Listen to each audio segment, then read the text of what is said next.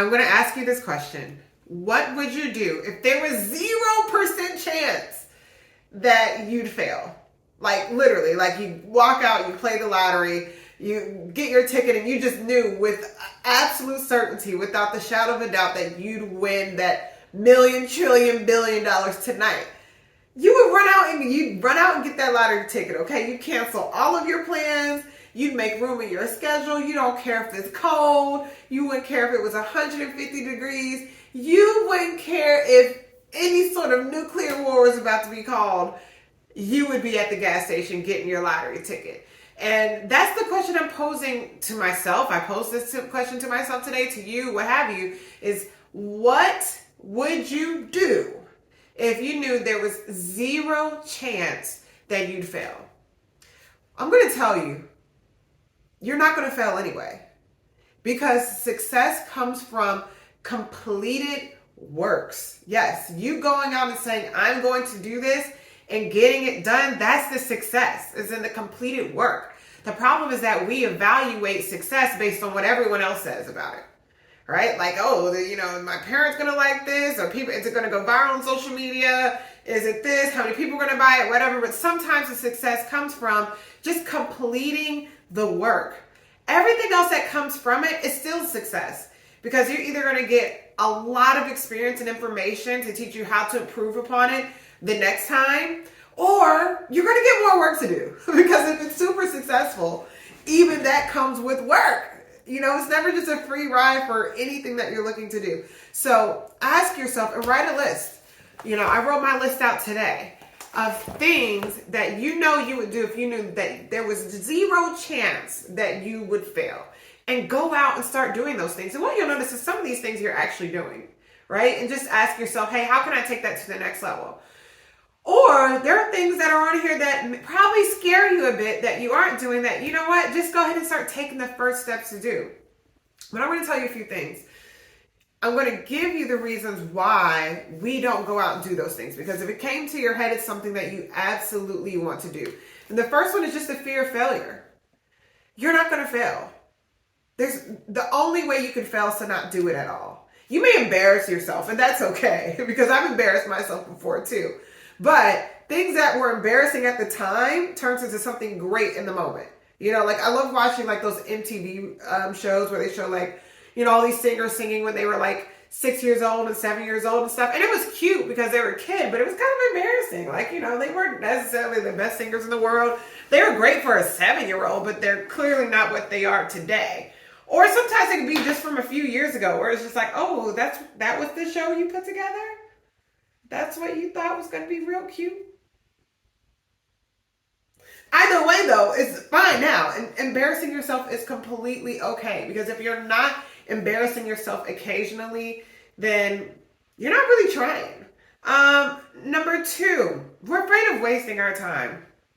And I understand that. Sometimes this is like my worst excuse ever, is I don't want to waste my time. Like, do not waste my time with this, right? That's how I feel about everything. But really, there's no waste of time, especially if you're gaining the experience necessary to make you great, so you can become an expert in whatever it is that you're doing, so you can knock it out of the park. So there's really no time wasted, because you're gaining valuable experience. The only time you're wasting is doing all the things that don't matter. Like, you're wasting time, going through all these other things to distract yourself from what you really want to be doing anyway, right? So don't waste your time by doing something that's purposeful. Playing video games is not a waste of time if you want to be a professional gamer. Playing video games for me is 1000% a waste of time in my way of distracting myself from reality, because I have no hopes or desires to become a professional gamer. I just like to play spades on my phone or whatever that is, right? Number 3, your ego doesn't want anyone to not see you at your best. Yes, sometimes we're not doing things because we don't want people to see us not be the best at something, or we don't want someone to watch us struggle or go through the process. We want everyone to believe that we are already, we've already made it, we've already arrived. And that's just not the law of process. I don't care who your biggest celebrity is. If you Google back far enough, you'll see some pictures of them where you're like, oh, okay, we've come a long way, right? So it's okay. Respect the process. Don't be ashamed of it, but start. Don't let your ego get in the way of that. Another one. Sometimes we fear the responsibility that comes with it. So part of me has fear doing what I need to do because I'm afraid of the responsibility that comes with the success. Like, whoo, what if I did with that, 50 million, trillion, billion dollars? You know what I mean? Like, what is my life going to be like? I'm pretty comfortable right now, this and that, whatever that could be. You may fear the responsibility that comes with what it is that you're looking to achieve.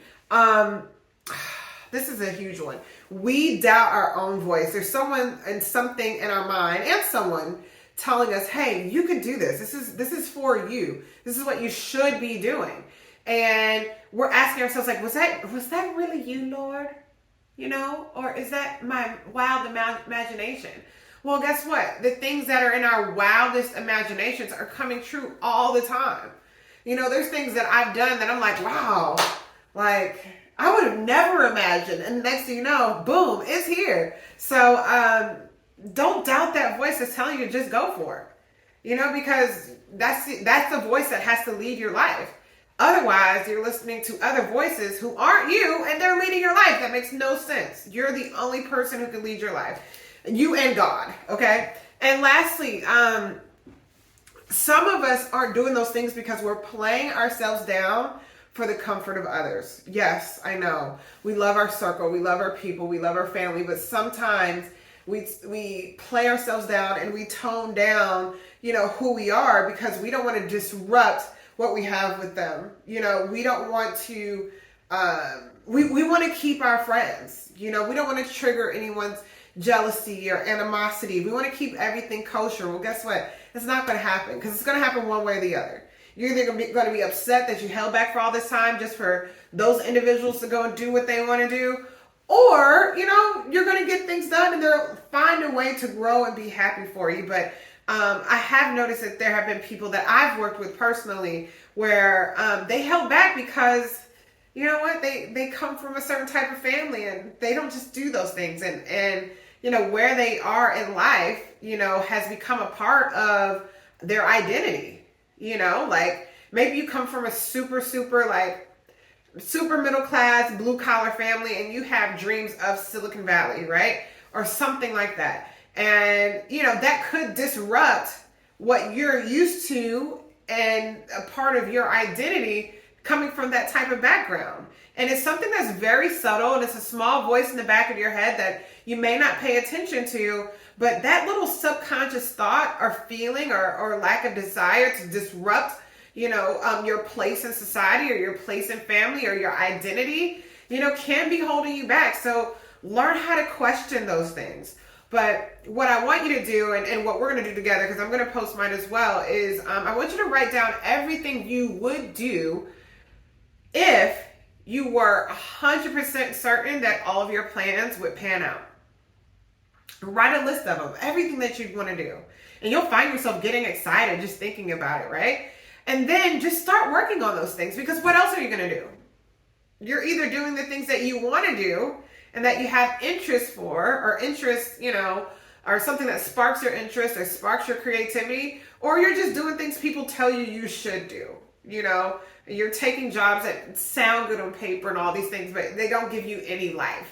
And that's just a terrible existence. So write these things down and let's check back in. Email me, tell me how things go, and also sign up for my workshops. We talk about these things. This is just a small snippet of the things that, I want to question you with or about. Okay, just a small snippet. But if you just work on this piece and do just a few of the things on this list, I promise you this time next year, everything's going to look different.